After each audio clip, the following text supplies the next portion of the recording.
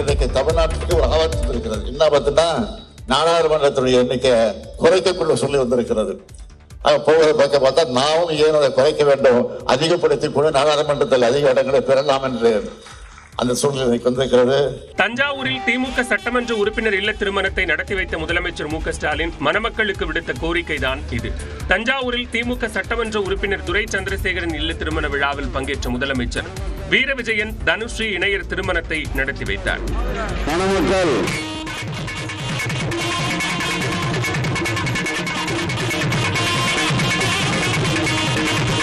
தொடர்ந்து மணமக்களை வாழ்த்தி பேசிய அவர் உச்சநீதிமன்றத்திலும் உயர்நீதிமன்றத்திலும் தமிழ் மொழியை வழக்காடு மொழியாக உருவாக்கி தர வேண்டும் என்று திருமணத்தில் கலந்து கொண்ட உச்சநீதிமன்ற நீதிபதி சுந்தரேசனிடம் வலியுறுத்தினார். உச்சநீதிமன்றத்திலும் உயர்நீதிமன்றத்திலும் வழக்காடுகிற நேரத்தில் தமிழிலே வாதாடுகிற சூழ்நிலையை உருவாக்கி தர வேண்டும் என்று நாங்கள் நீண்ட நாட்களாக அந்த கோரிக்கை வைத்துக் கொண்டிருக்கிறோம். அந்த கோரிக்கை நிறைவேறுவதற்கு நீங்கள் தான் துணை நிற்க வேண்டும் என்று நான் நேரத்தில் உங்களை அன்போடு கேட்டுக்கொள்ள விரும்புகிறேன். குழந்தைகளுக்கு தமிழில் பெயரை சூட்ட வேண்டும் என்றும் முதலமைச்சர் மு க ஸ்டாலின் கேட்டுக் கொண்டார். அரசியல் சூழலுக்கு நடுவே விசிக தலைவர் திருமாவளவனை அதிமுக முன்னாள் அமைச்சர் வைகை செல்வன் திருச்சியில் சந்தித்து பேசியுள்ளார். திருச்சியில் சனிக்கிழமை அன்று விடுதலை சிறுத்தைகள் கட்சியின் சார்பில் மதச்சார்பின்மை காப்பும் பேரணி நடைபெற்றது. இந்த மாநாடு முடிந்த பிறகு விசிக தலைவர் திருமாவளவன் தங்கியிருந்த ஹோட்டலுக்கு சென்ற அதிமுக முன்னாள் அமைச்சர் வைகை செல்வன் அவரை சந்தித்து பேசியுள்ளார். இந்த சந்திப்பின் போது பேசு பேசு நல்லா பேசு என்ற புத்தகத்தை வைகை செல்வன் திருமாவளவனுக்கு வழங்கியுள்ளார். இந்நிலையில் திருமாவளவனுடனான சந்திப்பின் புகைப்படத்தை தனது வாட்ஸ்அப் ஸ்டேட்டஸாக வைகை செல்வன் வைத்துள்ளதாக கூறப்படுகிறது. ராணிப்பேட்டை மாவட்ட பாமக இளைஞரணி நிர்வாகி சக்கரவர்த்தி கொலை வழக்கில் தொடர்புடையவர்கள் மீது கடுமையான நடவடிக்கை எடுக்க வேண்டும் என எதிர்க்கட்சித் தலைவர் எடப்பாடி பழனிசாமி வலியுறுத்தியுள்ளார். எக்ஸ் பக்கத்தில் கருத்து பதிவிட்டுள்ள அவர், பாமக இளைஞரணி மாவட்ட செயலாளர் சக்கரவர்த்தி சாலை விபத்தில் உயிரிழந்ததாக காவல்துறை கூறிய நிலையில் அவர் துப்பாக்கியால் சுட்டு கொலை செய்யப்பட்டிருப்பது உடற்கூறாய்வு அறிக்கை மூலம் தெரியவந்துள்ளதாக கூறியுள்ளார். அதிமுக ஆட்சியில் அமைதி, வளம், வளர்ச்சி பாதையில் சென்று கொண்டிருந்த தமிழ்நாட்டை பட்டாக்கத்தி அறிவால் துப்பாக்கியின் பாதைக்கு திமுக அரசு கொண்டு சென்றுள்ளதாக குற்றம் சாட்டியுள்ள அதிமுக பொதுச் செயலாளர் எடப்பாடி பழனிசாமி, அரக்கோணத்தைச் சேர்ந்த திமுக கவுன்சிலர் பாபு துப்பாக்கி வைத்திருந்த போதே தாம் எச்சரித்ததாகவும், இருப்பினும் தமிழ்நாடு அரசு என்ன நடவடிக்கை எடுத்தது என்றும் கேள்வி எழுப்பியுள்ளார். கள்ள துப்பாக்கி எப்படி கிடைத்தது என்பதை காவலர்கள் விசாரிக்க வேண்டும் என தெரிவித்துள்ள எடப்பாடி பழனிசாமி, தமிழ்நாட்டில் துப்பாக்கி கலாச்சாரத்தை அடியோடு ஒழித்திட வேண்டும் என்றும் வலியுறுத்தியுள்ளார். புதுக்கோட்டை மாவட்டம் விராலிமலை அருகே பெண்கள் குளிப்பதை மொபைல் போனில் வீடியோ எடுத்த புகாரில் அதிமுக முன்னாள் கிளை செயலாளரின் மகனை போலீசார் கைது செய்தனர். புலவாய்ப்பட்டி ராஜாளிப்பட்டியைச் சேர்ந்த அதிமுக முன்னாள் கிளை செயலாளர் பாண்டியனின் மகன் பிரகாஷ் அப்பகுதியில் உள்ள பெண்கள் வீட்டில் குளித்துக் கொண்டிருந்த போது அவர்களுக்கு தெரியாமல் செல்போன் மூலமாக வீடியோ எடுத்ததாக கூறப்படுகிறது. இதுகுறித்து அறிந்த அப்பகுதி பெண்கள் பிரகாஷை பிடித்து தர்ம அடி கொடுத்துள்ளனர். இதையடுத்து சம்பவ இடத்திற்கு விரைந்த விராலிமலை போலீசார் பெண்களிடமிருந்து பிரகாஷை மீட்டு இலுப்பூர் மகளிர் காவல் நிலையத்தில் ஒப்படைத்தனர். பெண்கள் குளிப்பதை வீடியோ எடுத்தது குறித்து ராஜாளிப்பட்டியைச் சேர்ந்த சந்திரசேகர் என்பவர் பிரகாஷிடம் கேட்டபோது அவரை ஆபாசமாக பேசி பிரகாஷ் கொலை மிரட்டல் விடுத்ததாக தெரியவந்துள்ளது. சந்திரசேகர் இலுப்பூர் மகளிர் காவல் நிலையத்தில் அளித்த புகாரின் அடிப்படையில் பிரகாஷ் மீது 7 பிரிவுகளின் கீழ் வழக்கு பதிவு செய்து நீதிமன்றத்தில் ஆஜர்படுத்தி சிறையில் அடைத்தனர்.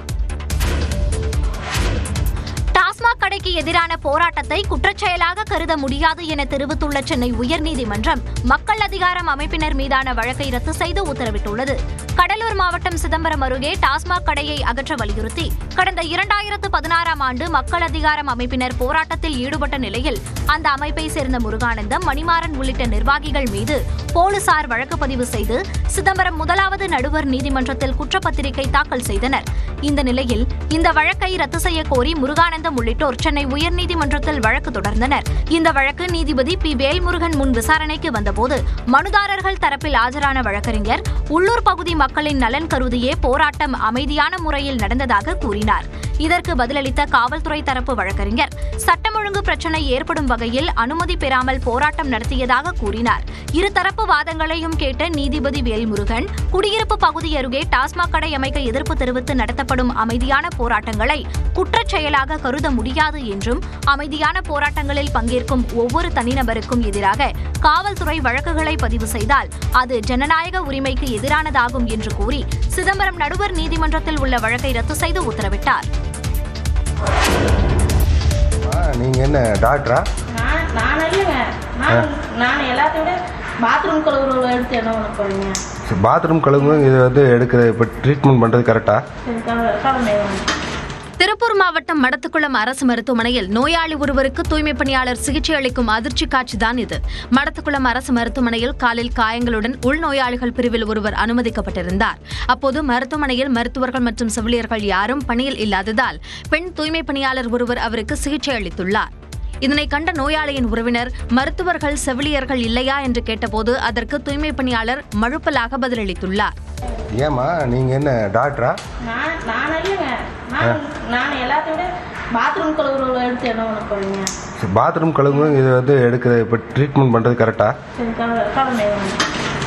ட்ரெஸ்ஸிங் இங்கே நாங்கள் தான் போவோம். பாத்ரூம் கழுவுறவங்க தான் ட்ரெஸ்ஸிங் பண்ணுவீங்க. இருங்க வேணா சிஸ்டர் கவுப்பிட்டு.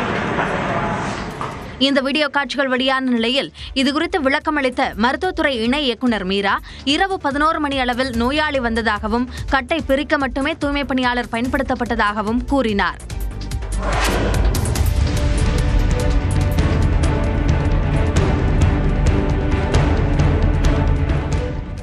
மீன்பிடி வலையில் சிக்கி உயிரிழந்த முதலையை கிராம மக்கள் மீட்கும் காட்சிகள்தான் இவை.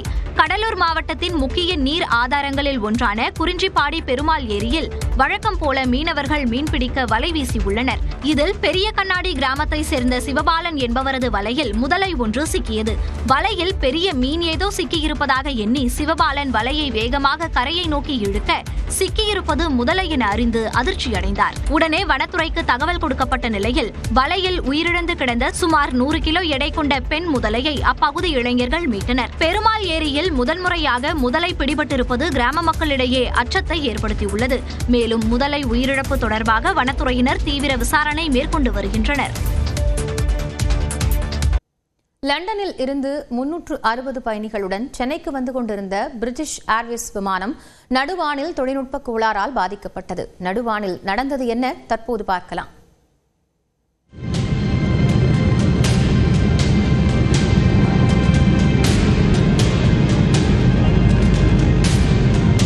லண்டனில் இருந்து சென்னை புறப்பட்ட விமானத்தில் ஆபத்தான சூழலை தவிர்ப்பதற்காக விமானத்தில் இருந்த எரிபொருள் நடுவானிலேயே வெளியேற்றப்பட்ட திக் காட்சிகள் தான் இவை.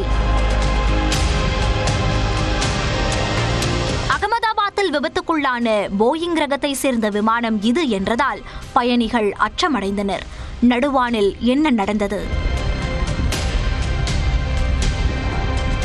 இங்கிலாந்து நாட்டின் தலைநகர் லண்டனின் ஹீத்ரோ விமான நிலையத்திலிருந்து இந்திய நேரப்படி நேற்று மாலை 5:46 மணி அளவில் 360 பயணிகளுடன் சென்னை நோக்கி போயிங் 787 8 ரக பிரிட்டிஷ் ஏர்வேஸ் விமானம் புறப்பட்டது. வழக்கமாக மாலை 5:16 மணிக்கு லண்டனில் இருந்து கிளம்ப வேண்டிய விமானம் 35 நிமிடங்கள் தாமதமாக புறப்பட்டது. இந்த விமானம் நடுவானில் பறந்து கொண்டிருந்த போது திடீரென தொழில்நுட்ப கோளாறு ஏற்பட்டிருப்பதை விமானி கண்டறிந்தார். வானில் சுமார் 9000 அடி உயரத்தில் விமானம் பறந்தபோது அதில் ஃபிளாப் அட்ஜஸ்ட்மெண்டில் பழுது ஏற்பட்டது தெரிய வந்தது. லண்டன் விமான நிலைய கட்டுப்பாட்டு அறையை தொடர்பு கொண்டு தகவல் தெரிவித்தார் விமானி. இதைத் தொடர்ந்து ஆபத்தான சூழலை தவிர்ப்பதற்காக 1 மணி நேரமாக வானில் வட்டமடித்து எரிபொருளை பெருமளவு வெளியேற்றிய பின்னர் மீண்டும் ஹீத்ரோ விமான நிலையத்திலேயே விமானம் பாதுகாப்பாக தரையிறக்கப்பட்டது.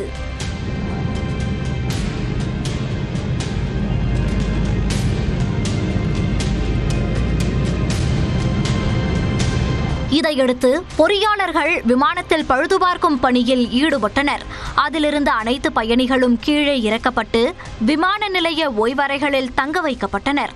முன்னெச்சரிக்கை நடவடிக்கையாக லண்டன் சென்னை, சென்னை லண்டன் இடையிலான 2 விமான சேவைகள் ரத்து செய்யப்படுவதாக பிரிட்டிஷ் ஏர்வேஸ் நிறுவனம் அறிவித்துள்ளது.